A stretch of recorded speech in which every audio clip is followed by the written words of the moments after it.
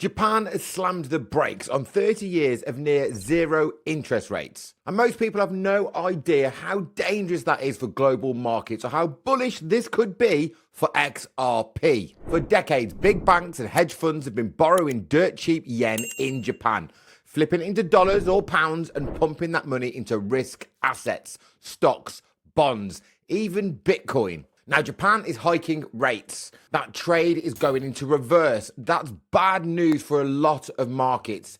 It might be the moment Japan's deep ties to Ripple and XRP go from nice story to real world lifeline. Let me break down this in simple English.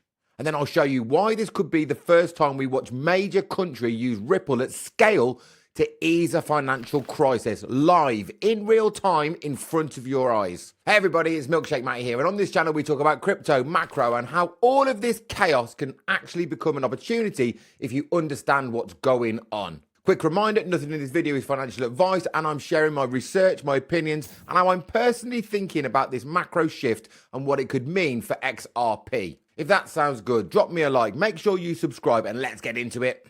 I am not a financial advisor. This video is based solely on my opinion on what I'm personally doing in this market. I also want to let you know that some of the links below and in the descriptions are affiliate links, meaning I may get a commission, but it will be at no extra cost to you. Please remember that under no circumstances will I ever contact you and ask you for investments. You can confirm all of my real social media handles in the description and also at milkshakematty.com. This content is for educational and entertainment only, and I'm not a financial advisor. For years, Japan has been the land of zero and even negative interest rates. After a huge asset bubble burst in the 1990s, the Bank of Japan basically kept money almost free for decades to fight deflation and stimulate the economy. Fast forward to now, Japan has finally ended negative rates. Rates climbed to their highest level in nearly 17 years. Bond yields have been rising sharply, and the free liquidity era is ending. On paper, a move from 0% to 0.5% doesn't sound big, but for a system built entirely on cheap money, it is enormous. And it directly attacks a huge engine behind the global liquidity, the yen carry trade. Let's break this down simply. A carry trade is when you borrow in a currency with a very low interest rate, then you swap it for a high yielding currency. You invest the difference for profit. So global banks and hedge funds borrow ultra cheap yen, swap it into the dollar or the Great British Pound, bought higher yield assets and pocketed the spread, and enjoyed decades of cheap leverage. This has pumped the US bonds, European markets, global stocks, even cryptocurrency liquidity indirectly. Japan's zero rate policy has quietly lubricated global markets for over 30 years. But now, a rise in Japanese interest rate destroys the maths behind the trade. Institutions don't want to borrow yen anymore, and the ones who did borrow yen cheaply must now close the trade. A reverse carry unwind means selling the dollar or the Great British Pound assets, converting it back into yen and repaying their borrowings. And when big players need to unwind positions fast, they sell what's most liquid first. Bitcoin, large cap stocks, index futures. This isn't about Bitcoin is bad. This is about liquidity and how you get your hands on that quickly during a macro unwind. Bitcoin, being ultra liquid, is the perfect instant cash machine for institutions plugging holes anywhere. Short term, that's bearish. But on the other side of this crisis is a massive opportunity for XRP. Now, this is where things get a little bit interesting.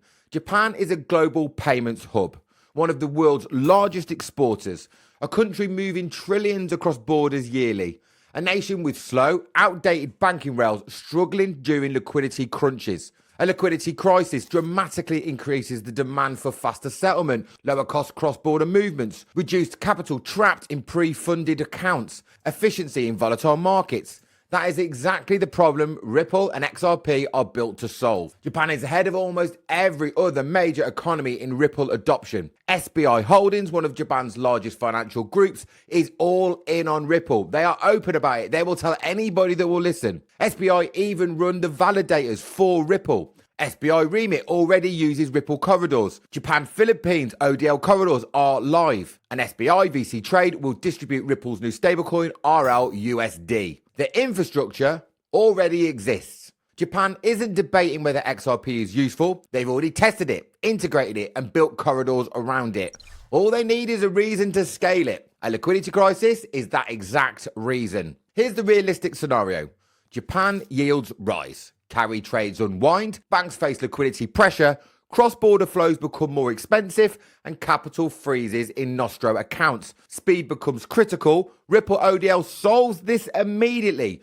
No pre-funding, instant settlement, low fees, real-time global liquidity. This kind of environment where Ripple transforms from a nice payment upgrade to a national lifeline. And that sets up the next section perfectly. So what does this mean for Bitcoin versus XRP in this situation? Bitcoin equals ultra liquid and it's the first in a crunch. Short term, this would be a downward pressure and long-term thesis would still be strong.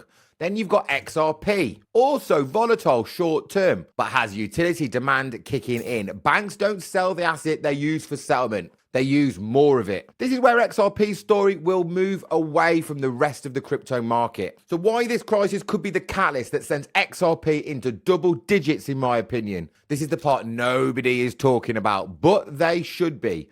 If there was ever a setup where XRP could make its first real move into double digits, this is exactly the kind of macro storm that could do it. Let's break down exactly why. The first is utility-driven demand creates sustainable price expansion. This isn't meme coin territory where insiders buy and dump on retail. On-chain whales are accumulating, they're consolidating, they're holding long-term. We went through this yesterday. They're also positioning for future demand and pulling XRP off the exchanges.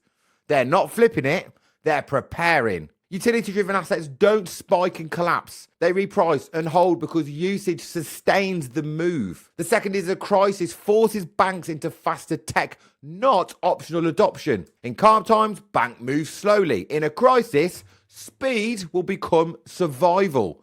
Ripple is the fastest, cheapest, and most trusted cross-border solution in Japan's financial system by some distance. If pressure hits Japan's banks hard enough, XRP will go from an optional upgrade to necessity infrastructure. This is real, scalable, unstoppable demand. Number three is Japan big enough to trigger a global snowball?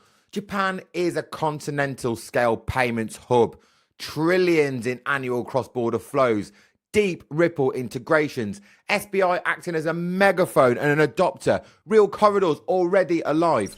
If Japan begins routing even a fraction of its flows through Ripple ODL, the rest of Asia will follow. Banks copy success.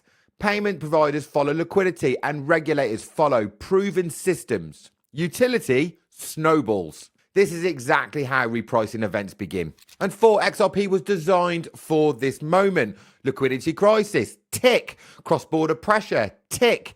Need for instant settlement, tick. Banks already connected to Ripple, massive tick. XRP is one of the very few crypto assets where the macro environment perfectly matches the engineering purpose. This isn't hype, this is alignment. Crisis plus ODL plus volume equals price discovery. Real price discovery. And 5, whales aren't trading, they're positioning. The behavior is clear. Large wallets aren't dumping into rallies. They're quietly absorbing supply. They're staking long-term positions. They're treating XRP like future financial plumbing. They're betting on utility, not a pump, not a hype cycle. Utility-driven repricing is violent, fast, permanent, because it reflects actual usage. This is where a double-digit XRP becomes a realistic conversation, not guaranteed. But for the first time in years, the stars are aligning for XRP design. Japan's crisis and Ripple's infrastructure are going to collide here. Macro chaos is when exchanges fail, freeze withdrawals, or get hacked.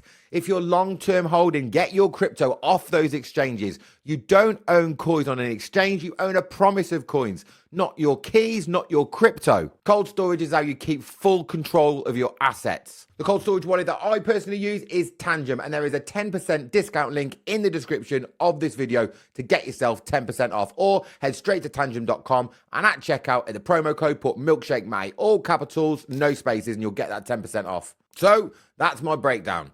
Why Japan ending decades of zero rates is such a massive deal. How the reverse carry trade could hit Bitcoin. Why Japan's Ripple connections make this crisis a huge opportunity. And why this could be the first catalyst that pushes XRP into double-digit valuations through pure utility. If you found this valuable, then smash that like button, subscribe if you haven't already, and drop me a comment below. Do you think Japan's crisis will be XRP's moment? Thanks for watching all the way to the end. And remember this, the strength of the wolf is in the pack.